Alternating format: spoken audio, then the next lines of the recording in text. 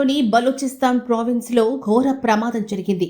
క్వెట్టా నగరంలోని చమన్ ఫాటక్ సమీపంలో రైలు పట్టాల పక్కన శక్తివంతమైన బాంబు పేలుడు సంభవించింది. పాకిస్తాన్ ఆర్మీ సిబ్బంది వారి కుటుంబ సభ్యులను తీసుకెళ్తున్న రైలే లక్ష్యంగా ఈ దాడి జరిగింది. ఈ పేలుడు దాటికి కనీసం 24 మంది మరణించగా 50 మందికి పైగా తీవ్రంగా గాయపడ్డారు.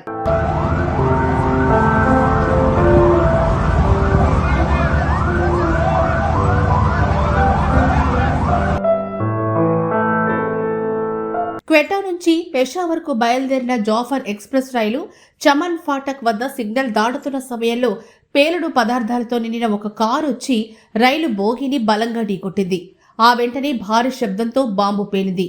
పేలుడు తీవ్రతకు రైలుకు సంబంధించిన 2 బోగీలు పట్టాలు తప్పి బోల్తాపడి పూర్తిగా తగలబడ్డాయి. ప్రమాద స్థలం నుంచి దట్టమైన నల్లటి పొగ ఆకాశంలోకి వ్యాపించింది.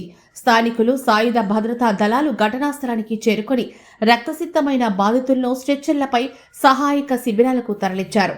అయితే రాబోయే బక్రీద్ పండుగను జరుపుకోవడానికి తమ స్వస్థలాలకు వెళ్తున్న ఆర్మీ సైనికులు, వారి కుటుంబ సభ్యులు ఈ ప్రమాదంలో ప్రధానంగా బలయ్యారు.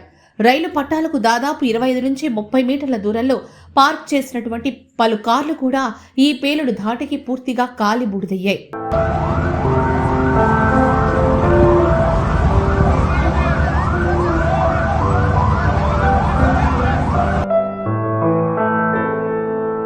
పేలుడు దాటికి సమీపంలోని ఒక బిల్డింగ్ భవనం కిటికీలు పగిలిపోయి గోడలు కూలిపోయి తీవ్రంగా దెబ్బతినింది.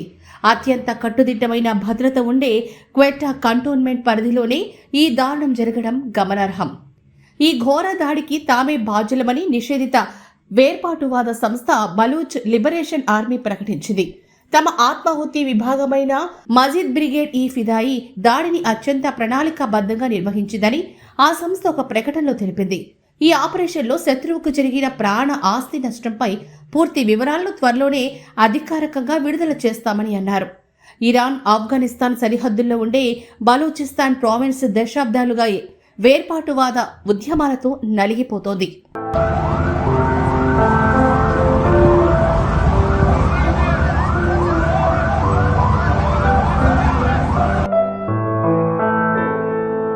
తమ సహజ వనరులలో సరైన వాటా ఇవ్వడం లేదని, స్వయం ప్రతిపత్తి కావాలని డిమాండ్ చేస్తూ బలూచ్ వేర్పాటువాదులు పాక్ ప్రభుత్వానికి వ్యతిరేకంగా పోరాడుతున్నారు.